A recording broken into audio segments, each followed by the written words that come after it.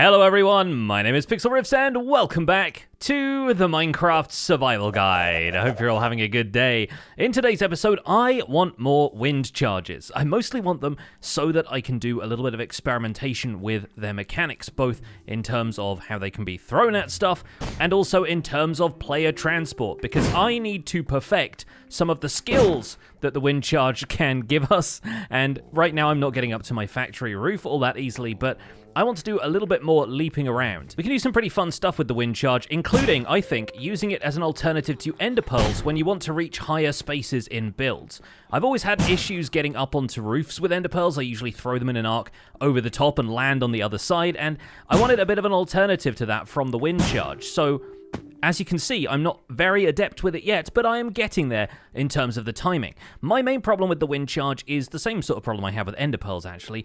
They're consumable. It's the same problem I have with rockets as well. I spam them too much, I run out of them too quickly, I need to go and get more. And I do have a decent amount of wind charges stockpiled from the trials we've been doing, the majority of which are in the form of breeze rods, each of which breaks down into 4 wind charges, so we will have a plentiful supply of these, but eventually, of course, that supply is also going to run out, unless we do something about that. So today, I'm going to return to the 2 trial chambers that we've discovered, both of which have multiple breeze spawners in there, and we're going to try and cook up a homegrown breeze farm, not knowing much about how trial spawners even work at this point. I picked up a few basic ideas, and of course I could look up a bunch on the Minecraft wiki if I wanted to, but personally I like getting my hands dirty. I like dabbling with stuff in-game to see what really makes it tick, and to confirm any of my suspicions, or to confirm anything that might be misinformation that's bubbling out there. So the first place we're going to go is over to the Acacia Village, where nearby I have that trial chamber that we dug out the majority of, and we can do whatever we want with the trial spawners in there, and maybe we'll take what we learned from this experiment and use that in the other trial chamber that we found, which I think I'm going to be farming more frequently just because there are slime spawners in there as well. So back down here in the trial chamber, I believe this one over here with the torch on top of it is our breeze spawner, at least one of them. I believe the other one is downstairs in the room that we haven't fully cleared out yet, and that's where I'm going to start because for the 101 questions video I activated that spawner, so I'm fairly certain it's still on cooldown. As you may remember, we did wall off a bunch of the spawners down here, so I'm fairly certain the breeze spawner is around this corner right there. You can kind of see it if I grab the spyglass. Right there we have the chiseled tuff with the spiral pattern on top. That indicates that there is a breeze spawner right there. So my first question is, how close do we need to be to the breeze spawner for it to notice us and activate? I'm going to take down our barrier over here. I'm going to take down the copper blocks in front of this, and it is spinning up over there, so yes, this is a pretty decent distance away. And even though it didn't have line of sight to me, it still spawned a second breeze, so that's another thing I was planning on taking a look at whilst we were here, and that's whether or not a trial spawner requires consistent line of sight to the player in order to stay active. But that looks like that's popped out a potato for us, like a microwave, and this one just gave us some bread. Okay, fair enough, and that one is now on cooldown. We could reactivate it using an ominous bottle, but I think I've seen all I need to see. I'm going to count away from the spawner. 1, 2, 3, 4, 5, 6, 7, 8. I was definitely standing more than 8 blocks away. I would estimate that we were about 12 blocks away, so I'm assuming that these have a similar activation radius to regular spawners, somewhere around 16 blocks. Also, we got 12 breeze rods from 2 breezes there. That's because I have looting 3, and breezes will drop between 4 and 8 breeze rods, depending if you have looting 3, so really useful way of getting hold of a bunch more wind charges. That's like 3/4 of the way to a full stack. So the next thing I wanted to test is what exactly constitutes line of sight to these spawners. Can they see you through, for example, transparent blocks? One block of this trial spawner and it is going to notice you. I'm putting in a temporary glass floor. I'm going to wall off the outside of this area just so the spawner doesn't see me when I drop back down. We're going to break out that block there, and then we're going to drop on down, and as you can see, it does seem to be noticing me through the glass blocks, which is very interesting. The breeze is currently chilling in that corner. It's idle right now. It can't see me, but I need to step over here and over that way. Yeah, there we go. It'll do a little bit of pathfinding. Of course, I forgot I can't fight these things from range. So the breeze is down, and now I can attack it melee style. I can also get some practice at deflecting wind charges, which I might have been doing purely by accident on the previous attempts fighting the breezes, but it is something you can do similar to when you're fighting a ghast and you throw its fireballs back at it. The other fun thing to note there is that whatever the reward that came out of there, I think it might have been another trial key, it popped out through the block above. So even if there are obstructions to the top of the trial spawner, it's still going to spit out those rewards, which is very interesting. Oh, looks like that was just a piece of chicken, so we are 3 for 3 on getting food from these things now. But the other thing I've noticed about the trial spawner is that it seems fairly content to spawn mobs in a very small area. They seem to spawn very close to the spawner,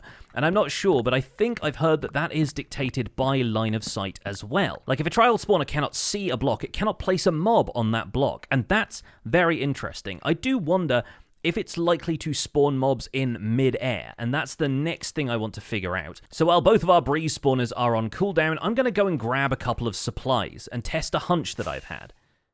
We're going to grab some soul sand from here in the nether, and I brought enough wood with me that we can try and make some soul campfires. I think a 3x3 should be enough, although I might make a couple more just so that we can have those in case this works. The premise here is very simple. We're going to break out the glass floor that we've made here. We're going to make a 3x3 of soul campfires underneath it. We're going to surround those soul campfires in a glass case. We're going to put hoppers underneath them, and from now on, hopefully, any breeze that spawns down here is going to get cooked. With my main concern being that if line of sight travels through these glass blocks, the spawner might be able to place something on top of the glass, which is why I think we're going to cover the entire thing over with a lid made of tough brick slabs. If this works, we're going to call it the jam jar, and we're going to bottle up some breezes, baby. So of course, with our remaining wood, we will need an output chest over here. We'll pop that there. We'll make sure all of the hoppers direct into that. And for now, it's a matter of sitting and waiting, unless we activate the ominous trial. So I'm going to pop back to base where I've got all my ominous bottles, and we're going to speed things along here. This might feel like a waste of an ominous bottle, but in future we're probably going to set up a farm for these over at a pillager outpost. So let's see this for science. And it looks like the breeze has spawned on the outside, so that confirms one of my suspicions about them being able to spawn outside of the glass area. But one of them did get trapped in there and is taking damage on the soul campfires, so that goes to show that at least that part of the farm should work out okay. We just need a slightly broader box around this, potentially. And we got ourselves an ominous trial key as well. That seemed to be forced down by the slabs into here, and unfortunately, the breezes didn't drop any breeze rods. This is one of the other things I was curious about, actually, because blazes don't drop blaze rods unless they are killed by a player. So was the same true of breezes? Looks like, unfortunately, it may have been. So we're learning about both the trial spawner and the breeze itself here, and I think the main thing we've learned is that we can't farm breeze rods this way. It looks like we'll need a manual farm for those, which is a bit of a shame. I was hoping to completely automate the output of a trial chamber at some stage, but maybe we can work on that. For now, though, we can put away this ominous trial key, and now this thing is completely on cooldown, we can do a bit of rearranging of our setup here to see what the spawning conditions are. So this is Jam Jar 2.0, a kind of breeze box now, I guess, if we want a catchy name for it. And this is just a bunch of prismarine, tough bricks, and sea lanterns around the outside of here with a glass tube going up the middle so that we can walk underneath this, catch line of sight of the spawner, or we could potentially even do that from here, but I'm not sure quite how sophisticated the line of sight from the spawner really is. And we'll see whether or not the breezes stay contained inside this box, or if we need to widen it at all, because my ideal scenario is that they stay contained in a small space. We can just hit a couple of them from the sides here with a sword, not have to worry about dealing with chasing them down all the time. And maybe with a bit of a redesign, we could set up some hoppers for automatic collection once we've been able to swipe at the breezes. You know, we could have a platform that the player runs up onto, swipe at the breezes with a sword from there, and then everything drops through the slabs into hoppers underneath. But I'm still working on that idea. In the meantime, I am going to try and take a similar approach with these two spawners up here, both of which I believe are spider spawners. There was only one breeze spawner in this room, so if we take apart these, we put some campfires underneath for the spiders to die on, and we limit the space that the spawners have line of sight to so they can't really see anywhere but below them, then maybe we can walk underneath that, trigger the spawners, they'll drop spiders onto the campfires, and we'll see how things go from there. This setup has given me ample opportunity to try and jump up here with the wind charge, and it's still clear that I need a little more practice. But with these two spawners being side by side, I can see this being a nice easy build. So the only other concern with this one is that spiders frequently climb walls, so you might find them nesting in the top corners of these spawners, but let's see if we can do something about that later, because there's always the opportunity to put a water block suspended up there by signs or something that the spider could easily climb through, and that way the spiders would simply drown and they would still drop the string that they would drop into the campfires anyway. I've obviously left these end parts open just because of the way this is configured, but we could always close those off later if need be. It's all a little bit makeshift and patchwork, but this is going to be a temporary setup anyway while I figure out what the mechanics are that we can really use here. So for now, I'm going to break out these these blocks around this trial spawner. That should hopefully free the spiders from that one, and let's see where they end up spawning. Oh, on top of me, it looks like. One of them has spawned on top of the spawner, and it looks like they're having no trouble getting over to me, but I'm obviously aggroing them right now. The last place I wanted to put another campfire is in the center there, and then we can hop on down and, well, it looks like they're still trying to get to me, and like I said, one of those there is climbing the wall, but the string seems to be dropping. Well, it seems like it's killing a few of them, and it's still spawning some new stuff in, so unfortunately I've left myself unable to open this chest, so that was a bit of a design oversight. Just to speed things along here, we can clear up this nest of spiders that seems to have clustered at the top there, and I suppose another helpful note would be that cave spiders aren't really best for this design because they'd fit through this one block gap. If anything, it seems like maybe encouraging the spiders to climb instead of dropping them on campfires might be a more effective solution to this.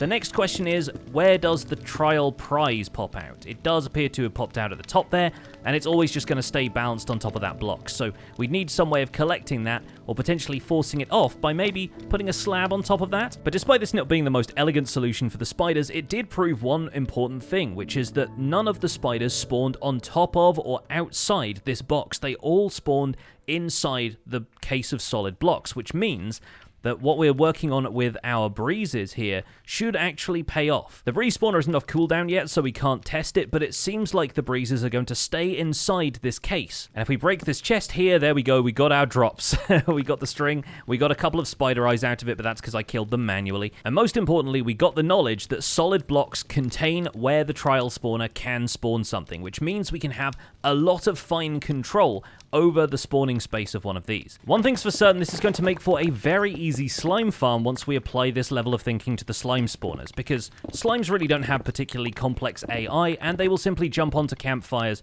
if you leave them there. There aren't any slime spawners in this trial chamber, so unfortunately we're going to have to go to the other trial chamber for that, but a very, very easy slime farm setup, just a few campfires, and we should be able to rake in the slime, provided that we can activate the slime spawner through line of sight, but still encourage the slimes to spawn in a specific area. But I'm now hearing sounds from over here, which I think is our breeze spawner having kicked back into life. So let's take a look and see if our breeze spawner is going to spawn breezes inside this case for us. Yep, looks like it is. Okay.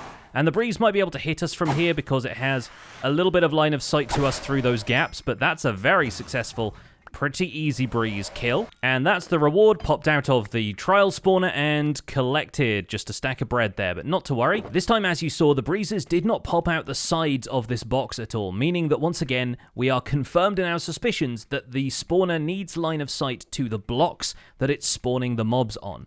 And that didn't include down here below the spawner, although that might just have been a fluke of where it chose to put them because this is just one block and there are plenty of other options around here. But I think it might also be because of spawning radius. It seems like the spawner wants to generate the mobs around it in a similar way to the 9x9x3 box that you get around a regular spawner. Now, I hadn't done enough research to figure out whether or not the trial spawners operated under the same, bounding box of a spawner, but I have reason to believe now that they do. And whether it's a 9x9 and 3 high, or whether it's a 9x9 and 9 high, we're definitely outside of the radius here, because it would be centered on the spawner, so only 4 or 5 blocks worth of height would be enough to put us outside of spawnable range. Let's reconfigure this one more time and drink an ominous potion on the way. We might be able to have the breezes drop into one of these 4 columns on each side with a slab underneath there just to make sure that they can't shoot at us, and that would make them a very easy kill. Once again, let's chug that ominous bottle and let's see if we can trigger the trial spawner.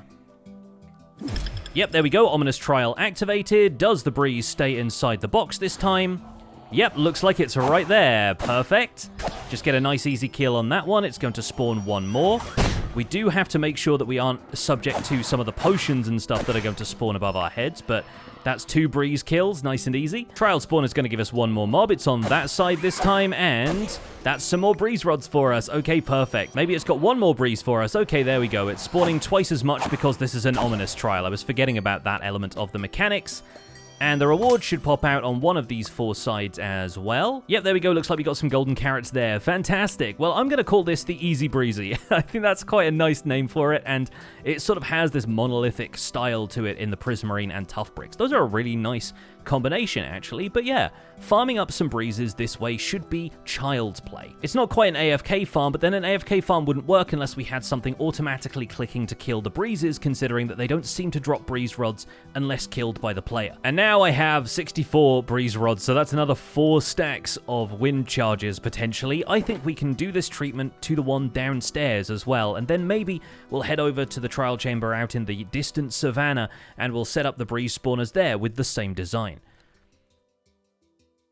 Alright, I have that installed just before the trial omen ran out, so let's see if we can activate this, and hopefully we should get some breezes falling down in the right places. I'm not certain if it's spawning. I think because the spawner itself is kind of obstructed from seeing any blocks that it can spawn on, so I'm going to have to do a little bit of quick opening up of this just to make sure that those stone bricks around the outside are gone, and then we can fill those blocks back in. I think we need to do the same on this side here as well. Yeah, there we go. That gives a few more spots where the breezes can spawn. But we got one breeze in here already. That's fantastic news. It looks like they're going to spawn a little bit slower if they don't have more spaces that they can generate. So we might be waiting a little bit longer, but again, these aren't going to be super fast to use because they do have a cooldown in between phases anyway. But theoretically, if you wanted to, you could limit the breezes spawning locations to just one side and make the whole thing even easier than it already is. But I think we are still owed one more spawn from this thing, so I'm waiting to see which side the breeze drops in. And there it goes. We got one right there. So that is our final breeze. We should be able to get a reward from this one as well. I'm going to step back away from all of the potions, but